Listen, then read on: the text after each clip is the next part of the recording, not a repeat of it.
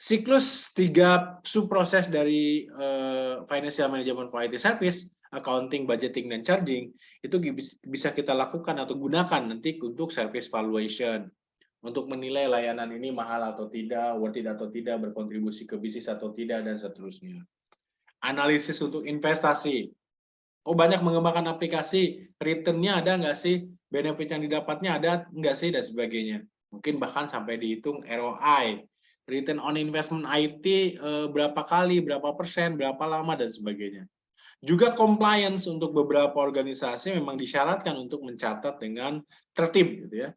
Dan business impact analysis, termasuk jika ada inisiatif yang memang nilainya besar, dampaknya ke bisnis kan diharapkan besar juga, seperti itu.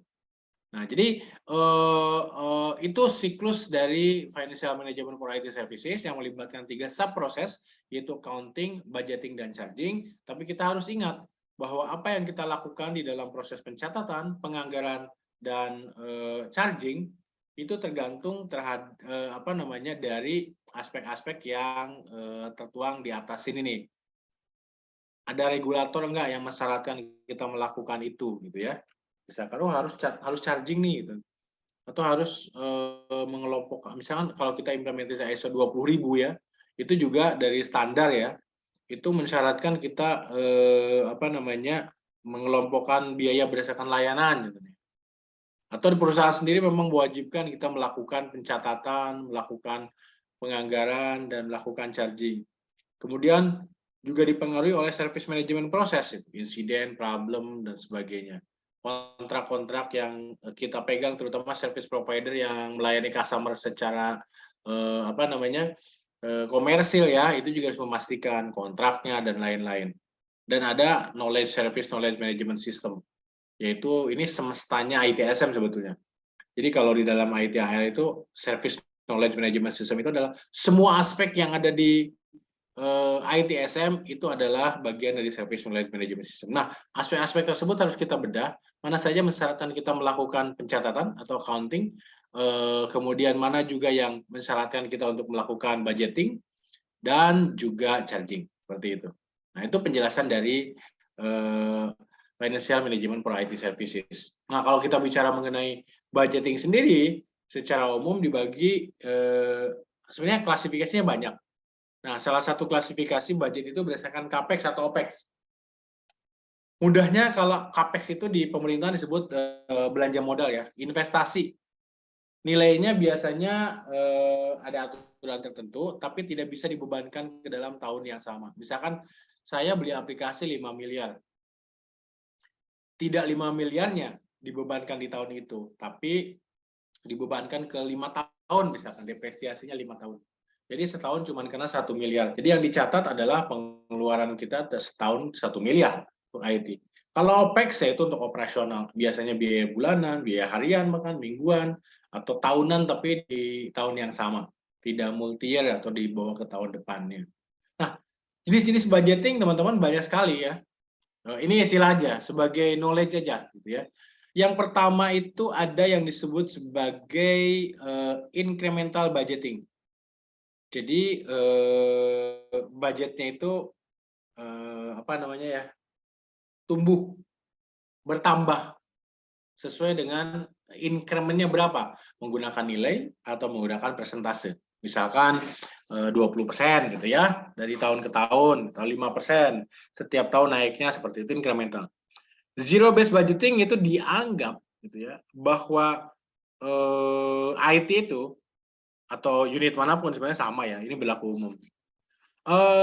Tidak perlu budget sama sekali. Berarti memang mengajukan gitu ya. Kita perlu buat A, B, C. Bahkan salary gitu ya untuk biaya operasional itu zero, dianggap ya Anda kalau tidak minta tidak perlu apapun gitu ya. Nol gitu ya. Makanya setiap tahun mereka melakukan penganggaran. Tidak hanya biaya operasional, subscription yang rutin, tetapi juga semua inisiatif-inisiatif yang membutuhkan biaya, termasuk CAPEX ya atau belanja modal.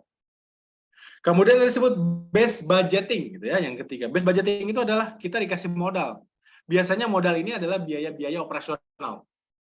Seperti gaji udah pasti ada gitu kan.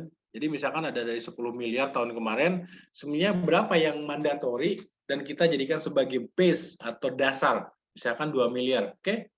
Jadi tanpa tambahan 8 miliar sesuai dengan tahun kemarin misalkan bisa hidup nih IT ini. Tapi tidak bisa mengembangkan apapun, change request tidak bisa, hire vendor lagi nggak bisa, inisiatif aplikasi. Tapi base budgeting ini disampaikan bahwa oke, ini modal awal Anda, terus Anda butuh apa saja gitu. Beda dengan zero base budgeting ya, dianggapnya Anda tidak butuh uang sama sekali. Kalau base budgeting, ini uang Anda, modal Anda karena kebutuhan rutin Anda, dan harus gajian dong orang dan sebagainya, segini. Sisanya minta, buat apa? Gitu. Nah, yang keempat itu adalah activity based budgeting. Apa itu? Budgeting yang sangat detail sekali. Setiap orang bergerak, bernafas ya, nggak sampai bernafas sih, tapi dari mulai dia mengerjakan sesuatu sampai dengan selesai itu harian gitu ya, dihitung activity-nya. Contoh saja gini, contoh saja ya.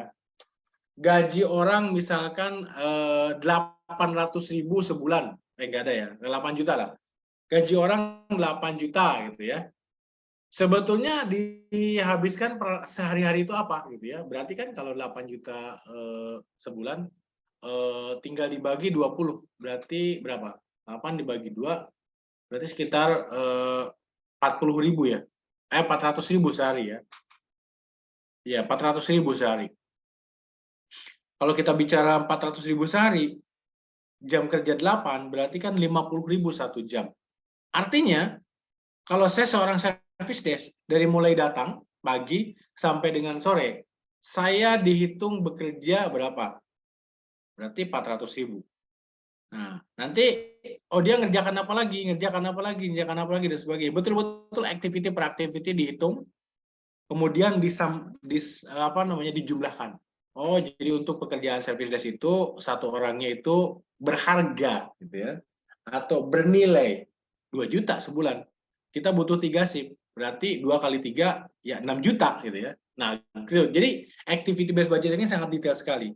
Jarang sekali yang mengimplementasikan, tapi merupakan anggaran yang paling presisi karena dihitung detail yang dilakukan. Nah, Kaizen budgeting ini sebetulnya base-nya Kaizen spirit ya. Orang Jepang nih yang mempopulerkan, karena budaya Jepang juga, bahwa setiap hari, setiap waktu berjalan, kita harus selalu melakukan improvement apapun. Harus ada improvement yang dilakukan dalam konteks apapun, sesedikit apapun. Nah, jadi kalau Kaizen budgeting ini bahwa budget apapun, asal memang kita melakukan perbaikan, improvement dari hari ke hari, minggu ke minggu, bulan ke bulan, tahun ke tahun, itu dasarnya approval untuk budget. Jadi kalau kita tidak melakukan improvement, kemudian membudgetkan sesuatu, itu tidak diterima tuh. Itu spiritnya adalah Kaizen.